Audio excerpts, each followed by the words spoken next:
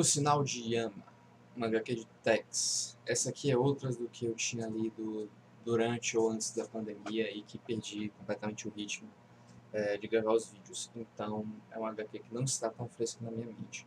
Mas eu vou estar falando dela aqui mesmo assim, dizer o que eu lembro, o que eu consegui, é, acabou me marcando na HQ, porque foi uma obra que eu gostei e que queria estar comentando ela aqui no canal para ver se acaba fazendo outras pessoas se interessarem por ela. Bem, primeiro assim, de todas as HQs de Tex que eu já li, e não foram tantas, eu não sou nem de longe um pard como o pessoal do fã-clube do Tex se chama a si mesmo, mas eu já li uma boa quantidade de HQs de Tex, assim, o suficiente para conhecer o personagem, conhecer os amigos dele, conhecer os principais aliados e ter uma ideia bem sólida de como é uma história do Tex, como as histórias do Tex normalmente são construídas. E esse Sinal de Ama eu realmente achei excelente.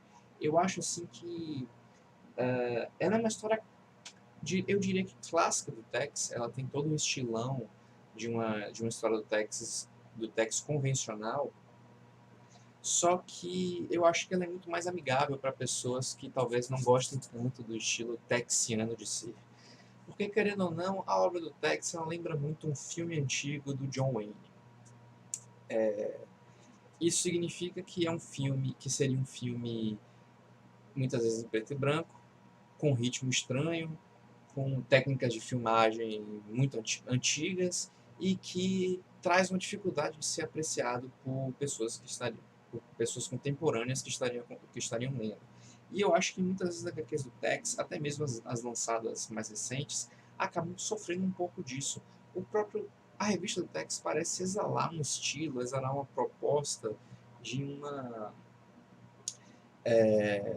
de um estilo de roteiro, de uma dinâmica, de um ritmo da história que fica um lance meio lento, um lance meio como se tivesse algum tipo de arcaísmo, como se fosse um faroeste americano antigo mesmo.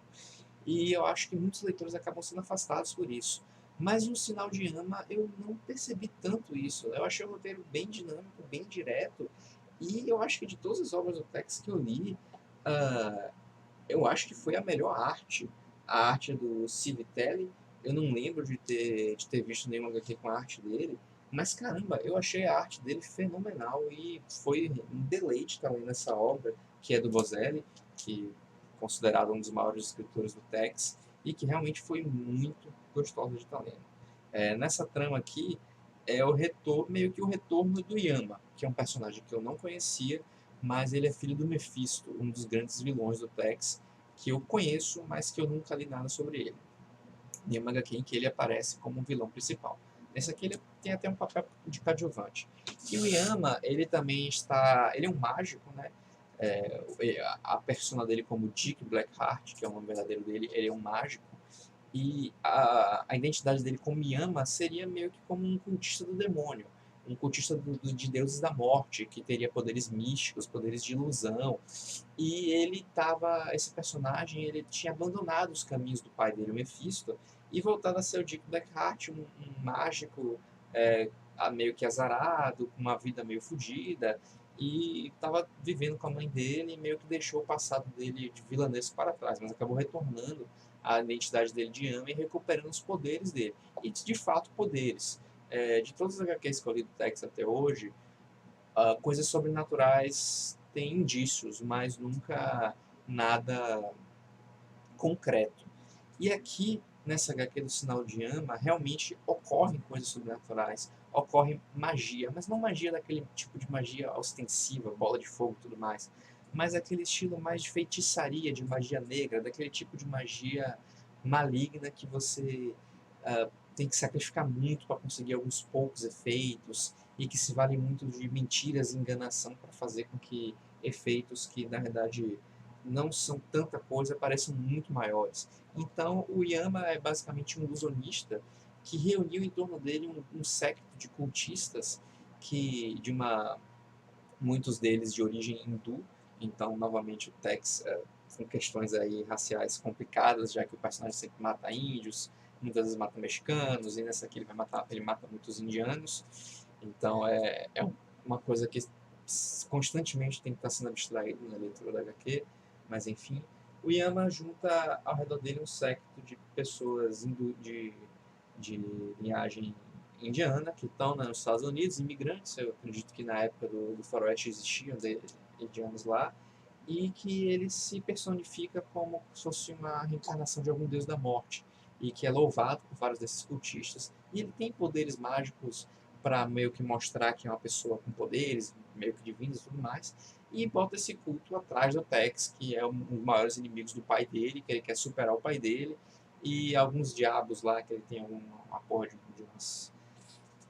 de uns acordos, querem que o Tex morra também por sei lá que motivo.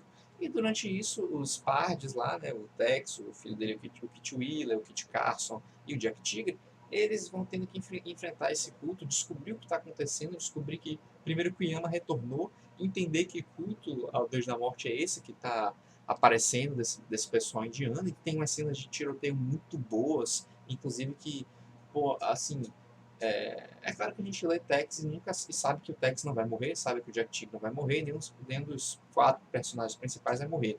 Mas teve alguns momentos desses confrontos que eu pensei, rapaz, como é que os caras vão sair daqui? Mas ainda assim, a forma como eles saíram foi interessante. Foram assim, lutas que eu vi que exigiu muito dos personagens para eles saírem vivos, que normalmente eu acho os confrontos muito fáceis para os personagens aqui. Eu não achei isso.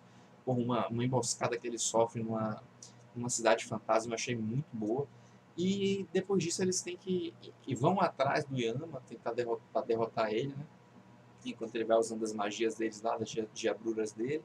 E no meio do caminho derrotando os tenentes do Yama, que também são feiticeiros, tem feiticeiros até de escolas diferentes, tem um voduísta, tem um cara que é.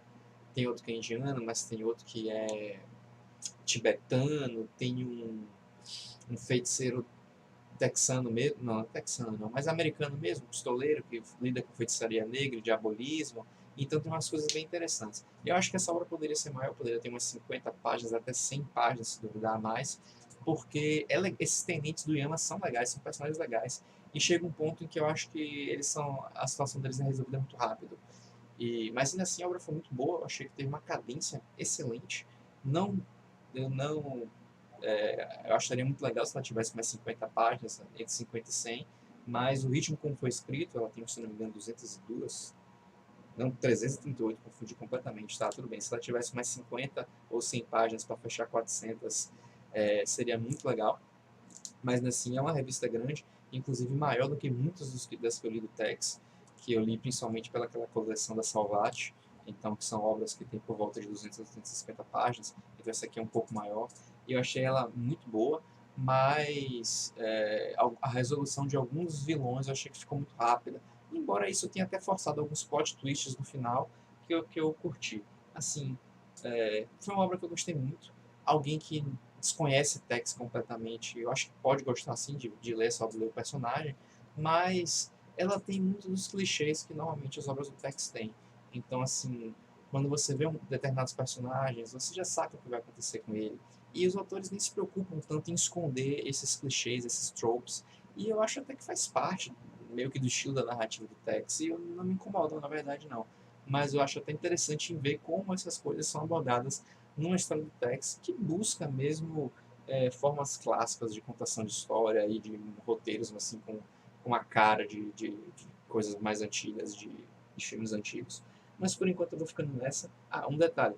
É, esse é uma obra do Tex que eu acho que junta o faroeste com o pulp, que é essa ideia de feiticeiros, voodoo, uh, gente se fingindo de Deus, e a pactos com o diabo, e, e ameaças estrangeiras de cultos estranhos, de coisas orientais estranhas ao Ocidente, é muito a cara das antigas revistas pulp, e provavelmente até é bastante inspirado nela, assim. Embora eu particularmente não tenha lido nada desse estilo, mas porque eu não li diretamente as revistas pulp, li mais sobre elas. Mas eu diria que isso aqui é tanto faroeste quanto um pulp, e geralmente a maioria das obras que eu li do Tex, elas eram apenas faroeste. Mas por enquanto eu vou ficando nessa. E se bem que o faroeste naquela época também era uma forma de pulp, mas enfim.